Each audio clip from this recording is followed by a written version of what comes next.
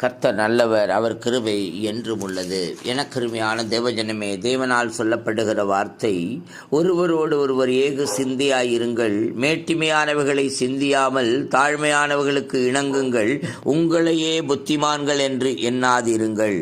எனக்கருமையான தேவஜனமே, இன்றைக்கு நாம் எப்படி இருக்கிறோம், நம்மை நாமே நிதானித்து பார்க்க வேண்டுமாம்.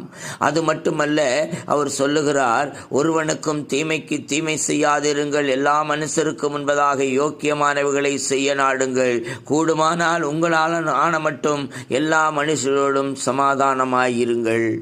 ஹல்லேலூயாம். எனக்கருமையான தேவஜனமே, தாழ்மையை அணிந்து கொண்டிருங்கள், புத்திமான்கள் என்று எண்ணாதீர்கள். ஏனென்றால் பழிக்கு பழி வாங்குவது நம்முடையது அல்ல. ஒருவன் நமக்கு தீமை செய்வானால், அவனுக்கு நாம் தீமை செய்வோமானால், அவனுக்கு நமக்கும் வித்தியாசம் இல்லாமல் போய்விடும். ஆண்டவருக்கு ஒப்புக் கொடுங்கள். கர்த்தர் உங்களை ஆசீர்வதிப்பார்.